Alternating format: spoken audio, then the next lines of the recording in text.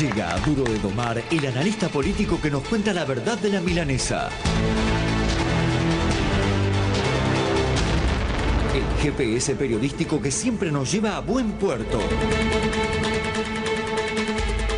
Un repaso necesario sobre vida y obra del genocida Antonio Domingo Bussi.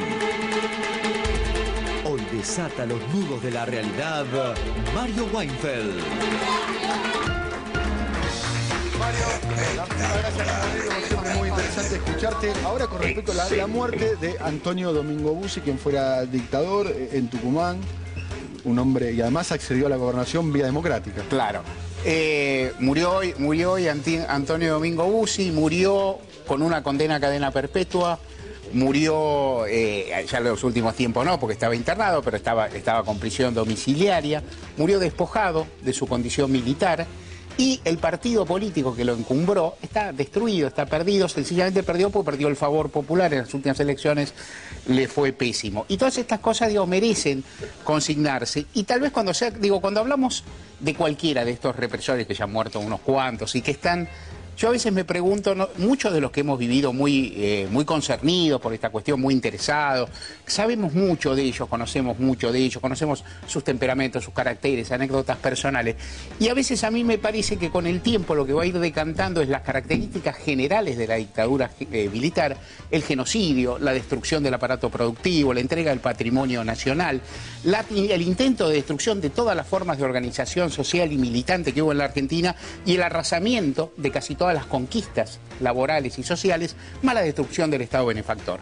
Y que las anécdotas, características personales de cada uno que tienen su importancia, obviamente, en la crónica, en la biografía y también en los juicios que se llevan, se irán diluyendo. O sea, por ahí, por hacer una comparación que por ahí no es tan mala, pero puede parecer un poco traída, ¿a quién le importa a esta altura si Goebbels era más culto que Goering? ¿A quién le gustaba la pintura? Si Hitler era menos preparado que Himmler, si Rudolf Hess era o no era un psicópata. O sea, lo que queda de los regímenes, me parece, lo que va a ir quedando con el tiempo, no tal vez en mi generación, y acaso tampoco en la tuya, en las futuras es lo que fue este régimen, lo que significó y no mucho más. Entonces me da la sensación que entonces uno tendría que apuntar, en el caso de Bussi como el de tantos, que uno podría contar una historia, hablar 14 horas. Claro. Me parece que la característica más llamativa que tuvo Bussi es la que vos señalaste. Bussi fue de los jerarcas de la dictadura el que llegó más alto en el periodo democrático. O sea, Bussi llegó a ser gobernador de Tucumán y ningún jerarca de ese nivel consiguió esa revalidación por el voto popular.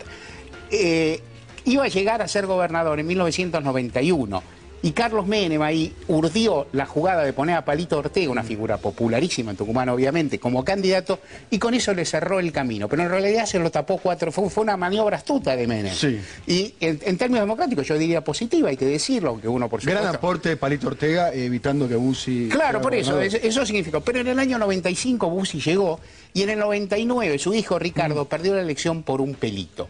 A esa altura, y en el 95, una elección rara, y en el 95, digamos, Bussi estaba en el cenit de su carrera, si uno quiere. Era un represor, pero estaba impune. Tenía toda la persecución penal cercenada por las leyes de la impunidad y era un señor gobernador. Cuando digo señor gobernador, digo un gobernador que me guste a mí, digo un gobernador democrático, elegido con su pueblo, con todas las credenciales. Una afrenta en la historia argentina, que tremendo genocida haya llegado a gobernador, pero llegó. Y en el lapso de 16 años Bussi termina como terminó hoy. Y ese lapso, Daniel, puede parecer largo en las vidas personales, pero tal vez en la historia no es tanto. Si uno piensa en lo que pasó en la Argentina, el momento que Bussi fue ungido gobernador, y ojo, que después fue diputado nacional, y que antes había sido convencional constituyente, y que ganó 8 elecciones en Tucumán, ese hombre que llegó a tanta convalidación social y popular, muere como un paria. No solo en términos de que es un genocida condenado, sino que también su proyecto político se diluye. Y esto su figura habla, me parece, en términos simbólicos, que es este proceso democrático.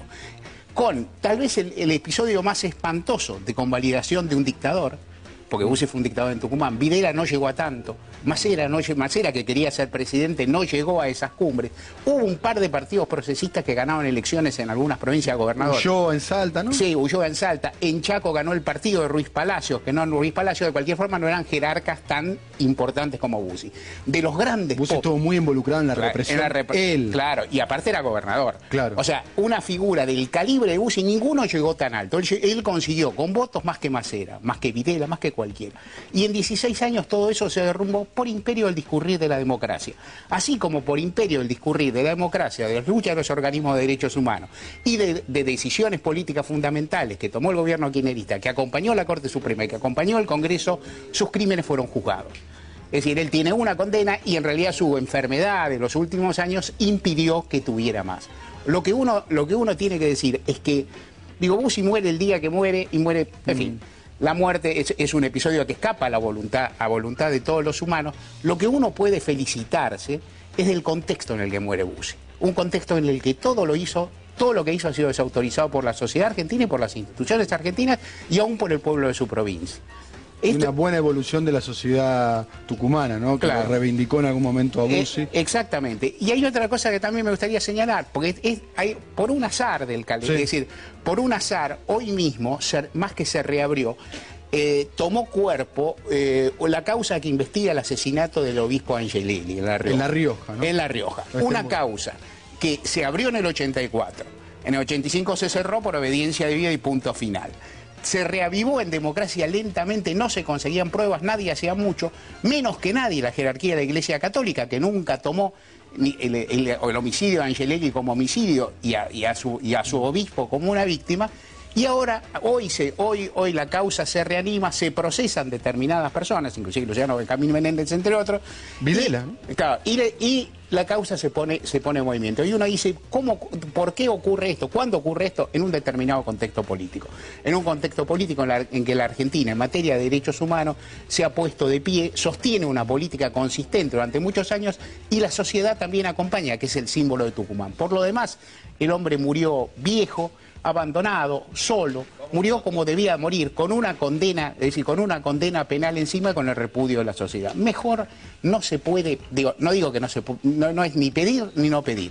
Es justo y es valorable que en la Argentina, y vale la comparación con los países hermanos y vecinos, el proceso de verdad y justicia avance como está avanzando. Muchas gracias, Mario, como siempre muy interesante. Nos volvemos a ver el próximo lunes. Muy piola escucharlo a Mario Weinfeld.